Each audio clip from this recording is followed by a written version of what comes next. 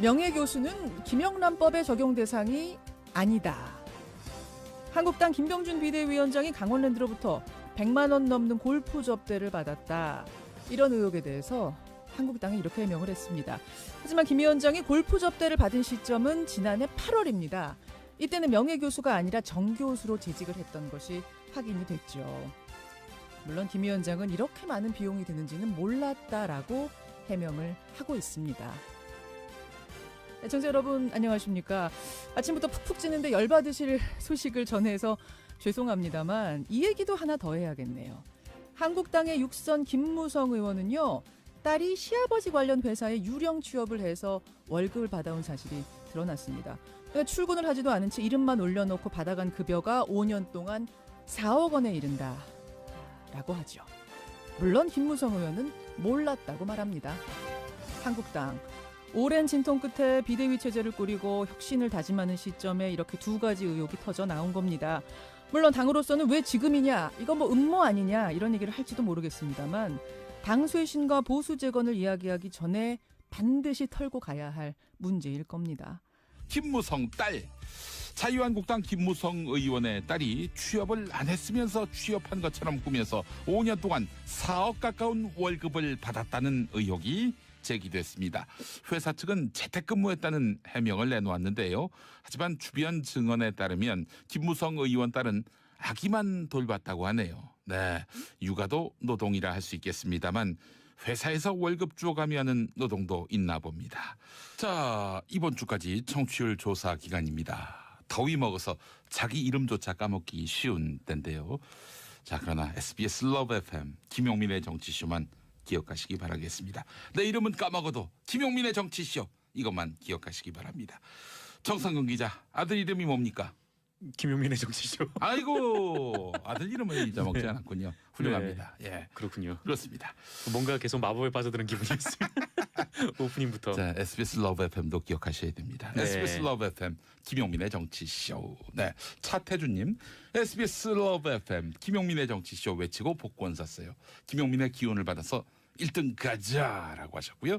김미정님, 병원에서 검사하면서 정치쇼 듣고 있습니다. 다른 환자분들께도 홍보하고 있습니다. 네, 김용민의 정치쇼 들으면은 금방 네. 병이 낫는다는 그런 소문을 만들고 싶습니다.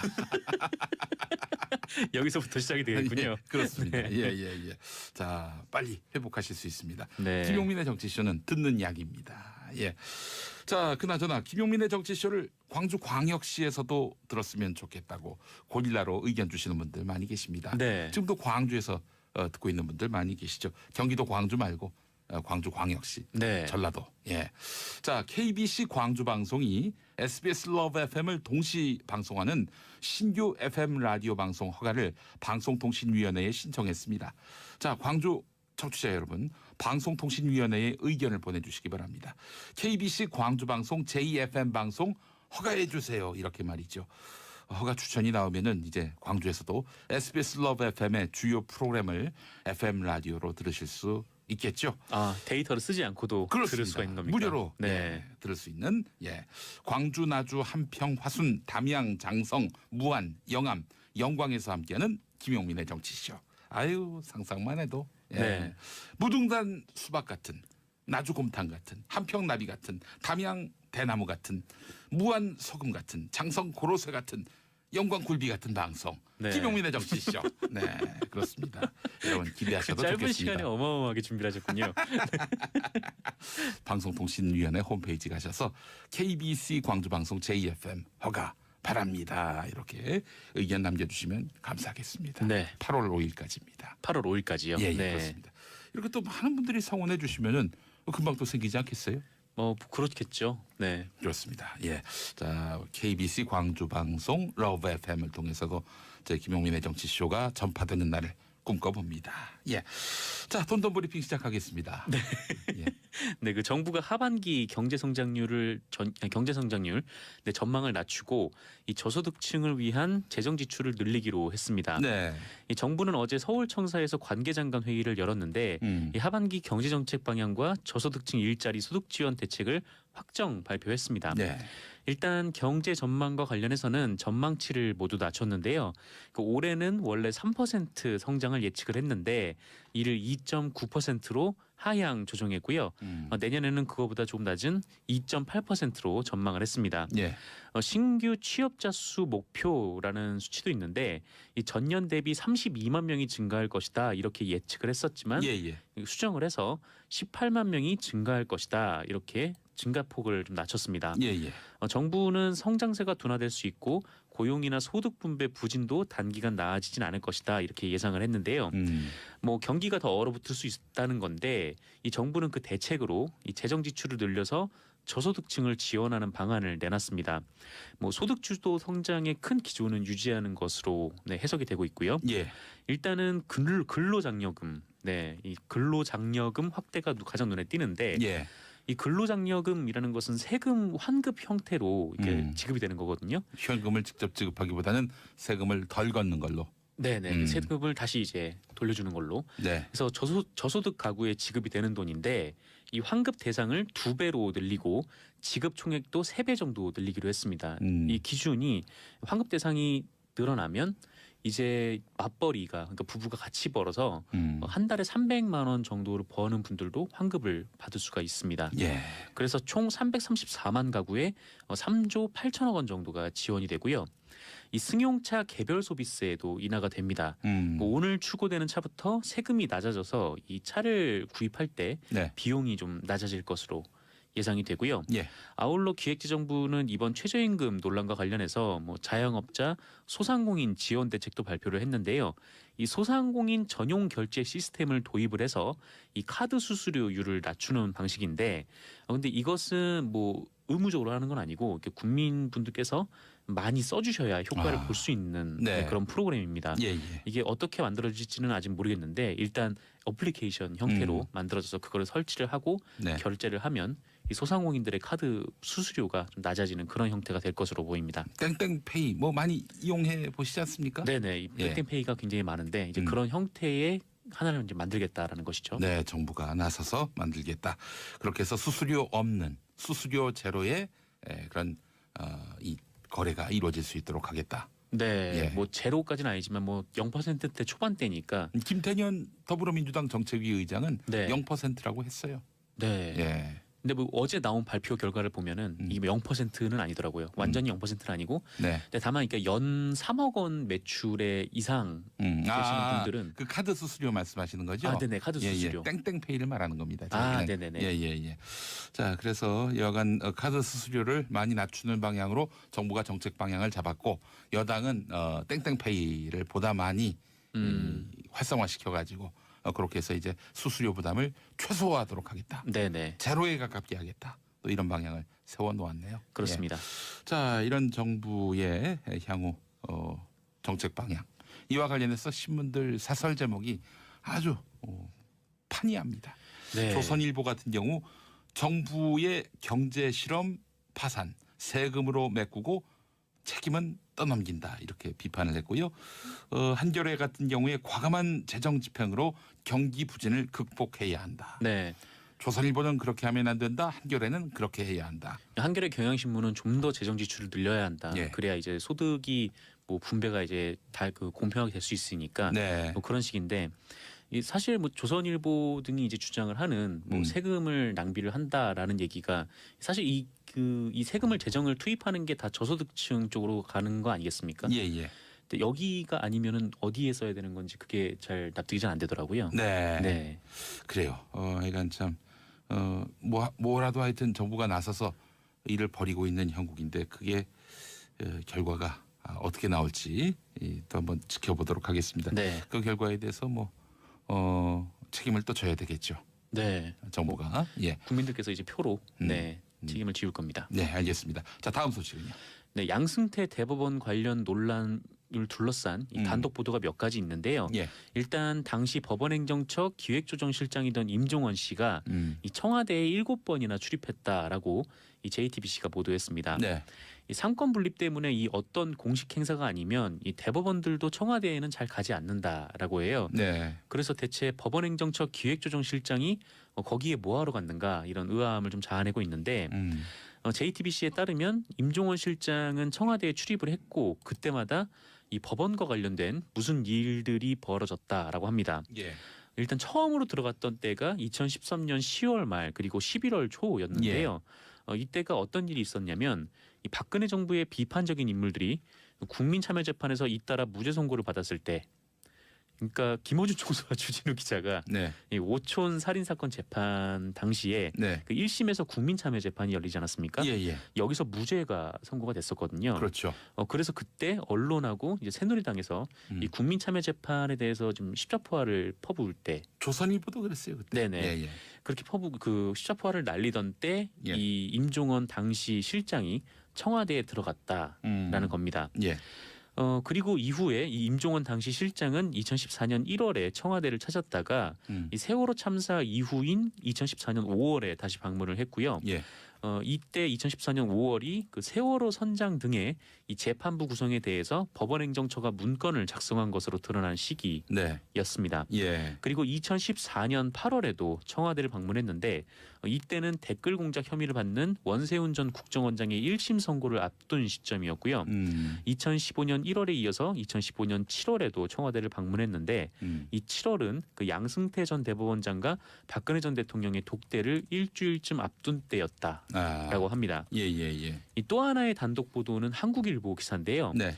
이 양승태 대법원이 상고법원 설치를 위해서 그 청와대 입맛에 맞는 판결을 내린 거 아니냐, 그러니까 재판을 거래한 거 아니냐, 이게 지금 논란의 핵심인데, 예, 예. 이 당시 검찰이 당시 인종원 전 차장의 컴퓨터를 조사를 해보니까 그 거래 대상이 비단 청와대만이 아니었을 수 있다라는 네. 내용입니다. 예. 이 특정 정치인 그리고 언론까지 대상이 됐을 가능성이 있다라는 건데요.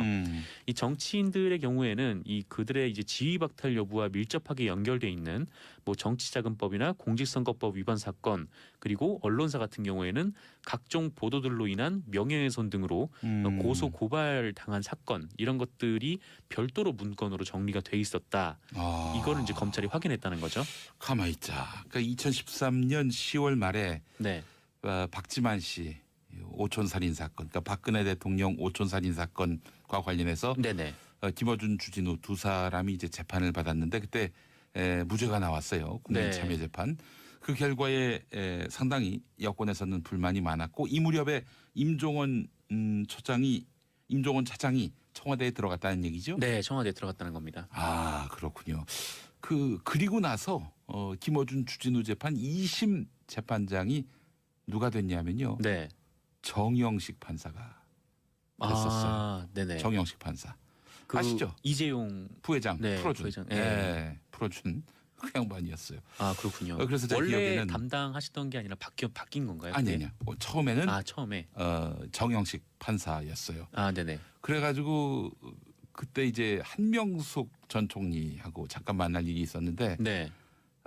이 정영식 판사의 판결에 굉장히 불만을 품으면서 당신들도 그 재판장에게서 재판을 받게 되는데 참 곤란하게 됐다. 이렇게 이야기했던 기억이 납니다. 네. 근데 정영식 판사였다가 재판이 길어져 가지고 판사가 바뀌었어요.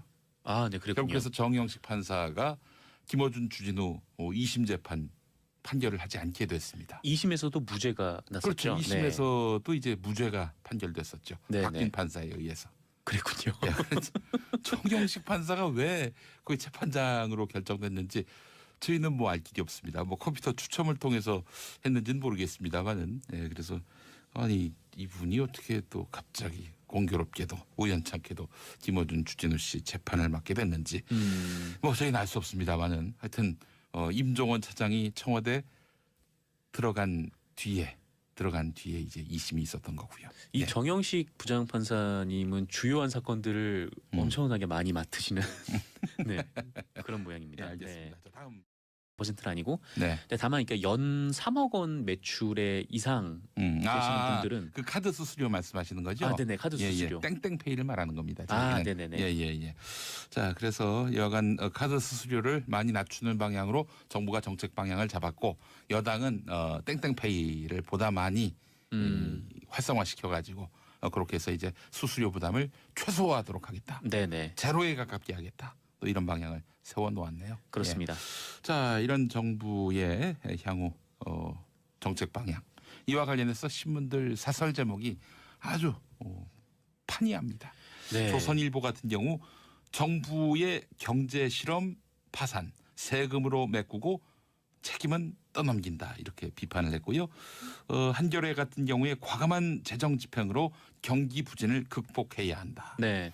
조선일보는 그렇게 하면 안 된다. 한겨레는 그렇게 해야 한다. 한겨레 경향신문은 좀 더 재정 지출을 늘려야 한다. 예. 그래야 이제 소득이 뭐 분배가 이제 다 그 공평하게 될 수 있으니까 네. 뭐 그런 식인데 사실 뭐 조선일보 등이 이제 주장을 하는 뭐 세금을 낭비를 한다라는 얘기가 사실 이 세금을 재정을 투입하는 게 다 저소득층 쪽으로 가는 거 아니겠습니까? 예, 예. 근데 여기가 아니면은 어디에 써야 되는 건지 그게 잘 납득이 잘 안 되더라고요. 네. 네. 그래요. 그러니까 참 뭐라도 하여튼 정부가 나서서 일을 벌이고 있는 형국인데 그게 결과가 어떻게 나올지 또 한번 지켜보도록 하겠습니다. 네. 그 결과에 대해서 뭐 책임을 또 져야 되겠죠. 네. 정부가. 예. 국민들께서 이제 표로 네, 책임을 지울 겁니다. 네, 알겠습니다. 자, 다음 소식은요. 네, 양승태 대법원 관련 논란을 둘러싼 이 단독 보도가 몇 가지 있는데요. 예. 일단 당시 법원행정처 기획조정실장이던 임종원 씨가 이 청와대에 7번이나 출입했다라고 이 JTBC가 보도했습니다. 네. 이 상권 분립 때문에 이 어떤 공식 행사가 아니면 이 대법원들도 청와대에는 잘 가지 않는다라고 해요. 네. 그래서 대체 법원행정처 기획조정실장이 거기에 뭐하러 갔는가 이런 의아함을 좀 자아내고 있는데 JTBC에 따르면 임종원 실장은 청와대에 출입을 했고 그때마다 이 법원과 관련된 무슨 일들이 벌어졌다라고 합니다. 예. 일단 처음으로 들어갔던 때가 2013년 10월 말 그리고 11월 초였는데요. 이때가 어떤 일이 있었냐면 이 박근혜 정부의 비판적인 인물들이 국민참여재판에서 잇따라 명예교수는 김영란법의 적용 대상이 아니다. 한국당 김병준 비대위원장이 강원랜드로부터 100만 원 넘는 골프 접대를 받았다.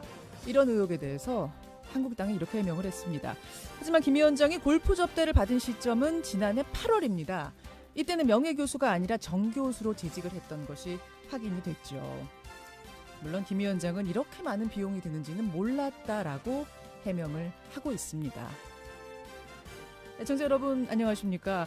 아침부터 푹푹 찌는데 열받으실 소식을 전해서 죄송합니다만 이 얘기도 하나 더 해야겠네요. 한국당의 육선 김무성 의원은요.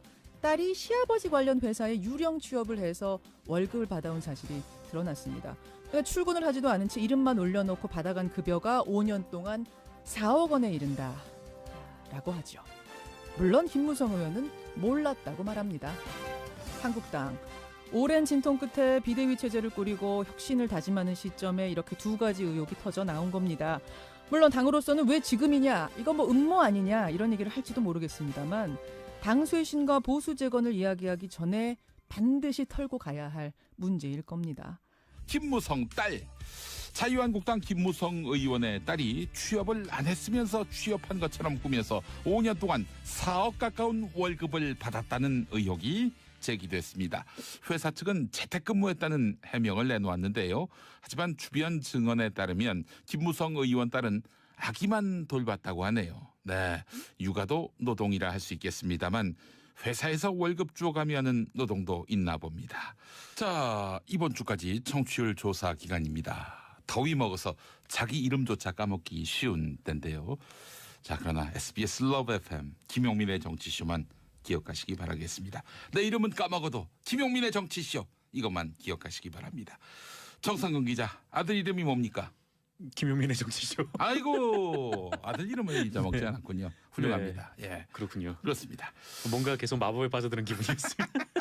오프닝부터. 자, SBS 러브 FM도 기억하셔야 됩니다. 네. SBS 러브 FM 김용민의 정치쇼. 네, 차태주님, SBS 러브 FM 김용민의 정치쇼 외치고 복권 샀어요.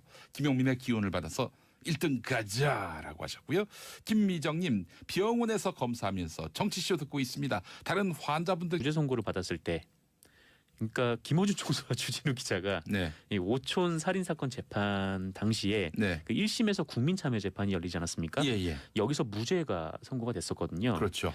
그래서 그때 언론하고 이제 새누리당에서 이 국민참여 재판에 대해서 좀 십자포화를 퍼부을 때, 조선일보도 그랬어요 그때. 네네. 예, 예.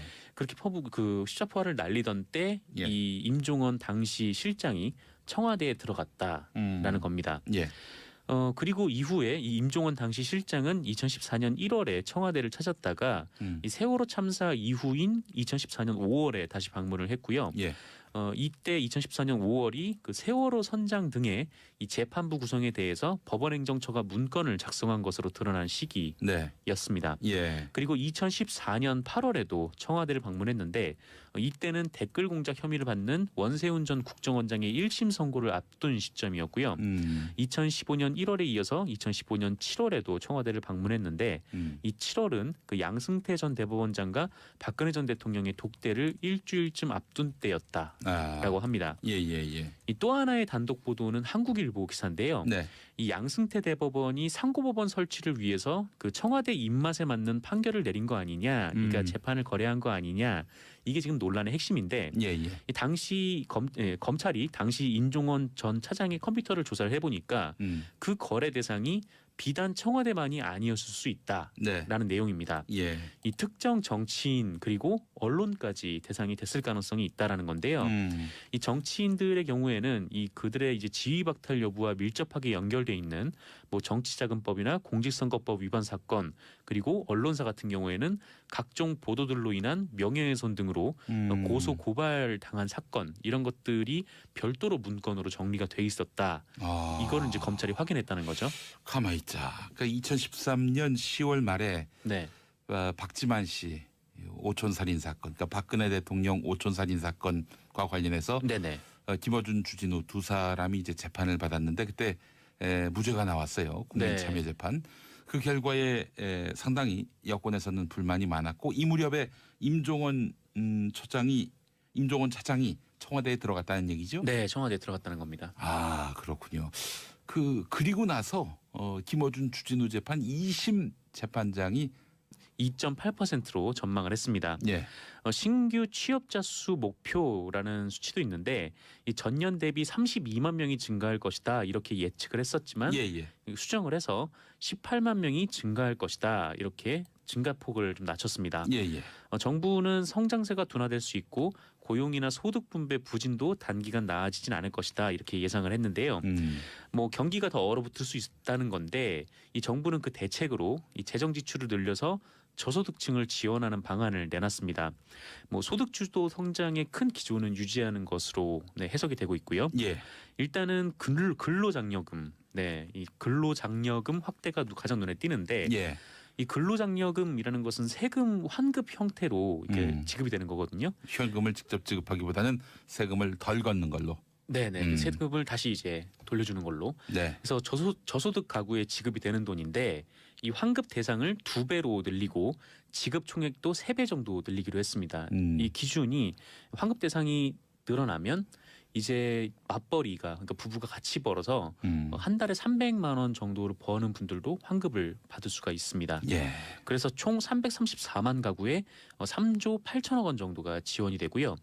이 승용차 개별 소비세도 인하가 됩니다. 뭐 오늘 출고되는 차부터 세금이 낮아져서 이 차를 구입할 때 네. 비용이 좀 낮아질 것으로 예상이 되고요. 예. 아울러 기획재정부는 이번 최저임금 논란과 관련해서 뭐 자영업자, 소상공인 지원 대책도 발표를 했는데요. 이 소상공인 전용 결제 시스템을 도입을 해서 이 카드 수수료율을 낮추는 방식인데, 근데 이것은 뭐 의무적으로 하는 건 아니고 이렇게 국민분들께서 많이 써주셔야 효과를 볼 수 있는 네. 그런 프로그램입니다. 예. 이게 어떻게 만들어질지는 아직 모르겠는데 일단 어플리케이션 형태로 만들어져서 그거를 설치를 하고 네. 결제를 하면 이 소상공인들의 카드 수수료가 좀 낮아지는 그런 형태가 될 것으로 보입니다. 땡땡페이 뭐 많이 이용해 보시지 않습니까? 네네. 이 예. 땡땡페이가 굉장히 많은데 이제 그런 형태의 하나를 이제 만들겠다라는 것이죠. 네, 정부가 나서서 만들겠다. 그렇게 해서 수수료 없는, 수수료 제로의 그런 이 거래가 이루어질 수 있도록 하겠다. 네, 예. 뭐 제로까지는 아니지만 뭐 0%대 초반대니까. 김태년 더불어민주당 정책위 의장은 네. 0%라고 했어요. 네. 예. 근데 뭐 어제 나온 발표 결과를 보면은 이 0%는 아니더라고요. 완전히 0. 깨도 홍보하고 있습니다. 네, 김용민의 정치쇼 들으면은 금방 네. 병이 낫는다는 그런 소문을 만들고 싶습니다. 여기서부터 시작이 되겠군요. 예, 그렇습니다. 네. 예. 자, 빨리 회복하실 수 있습니다. 네. 김용민의 정치쇼는 듣는 약입니다. 예. 자, 그나저나 김용민의 정치쇼를 광주광역시에서도 들었으면 좋겠다고 고릴라로 의견 주시는 분들 많이 계십니다. 네. 지금도 광주에서 듣고 있는 분들 많이 계시죠. 경기도 광주 말고 광주광역시, 네. 전라도. 예. 자, KBC 광주 방송이 SBS 러브 FM을 동시 방송하는 신규 FM 라디오 방송 허가를 방송통신위원회에 신청했습니다. 자, 광주 청취자 여러분, 방송통신위원회에 의견을 보내주시기 바랍니다. KBC 광주방송 제2FM 방송 허가해 주세요. 이렇게 말이죠. 허가 추천이 나오면은 이제 광주에서도 SBS 러브 FM의 주요 프로그램을 FM 라디오로 들으실 수 있겠죠. 아, 데이터를 쓰지 않고도 그렇습니다. 들을 수가 있는 겁니까? 무료로 네. 예, 들을 수 있는 광주, 나주, 한평, 화순, 담양, 장성, 무안, 영암, 영광에서 함께하는 김용민의 정치쇼. 아유, 상상만 해도 네. 무등산 수박 같은, 나주 곰탕 같은, 한평 나비 같은, 담양 대나무 같은, 무안 소금 같은, 장성 고로쇠 같은, 영광 굴비 같은 방송. 네. 김용민의 정치쇼. 네, 그렇습니다. 여러분 기대하셔도 짧은 좋겠습니다. 시간에 어마어마하게 준비를 하셨군요. 방송통신위원회 홈페이지 가셔서 KBC 광주방송 제2FM 허가 바랍니다. 이렇게 의견 남겨주시면 감사하겠습니다. 네. 8월 5일까지입니다. 8월 5일까지요. 예, 네. 그렇습니다. 이렇게 또 많은 분들이 성원해 주시면은 금방 또 생기지 않겠어요? 그렇겠죠. 네. 그렇습니다. 예. 자, KBC 광주방송 러브 FM을 통해서도 제 김용민의 정치쇼가 전파되는 날을 꿈꿔봅니다. 예. 자, 돈돈 브리핑 시작하겠습니다. 네. 예. 네, 그 정부가 하반기 경제 성장률 전망을 낮추고 이 저소득층을 위한 재정 지출을 늘리기로 했습니다. 네. 이 정부는 어제 서울청사에서 관계장관 회의를 열었는데 이 하반기 경제 정책 방향과 저소득층 일자리 소득 지원 대책을 확정 발표했습니다. 네. 일단 경제 전망과 관련해서는 전망치를 모두 낮췄는데요. 그 올해는 원래 3% 성장을 예측을 했는데 이를 2.9%로 하향 조정했고요. 내년에는 그거보다 조금 낮은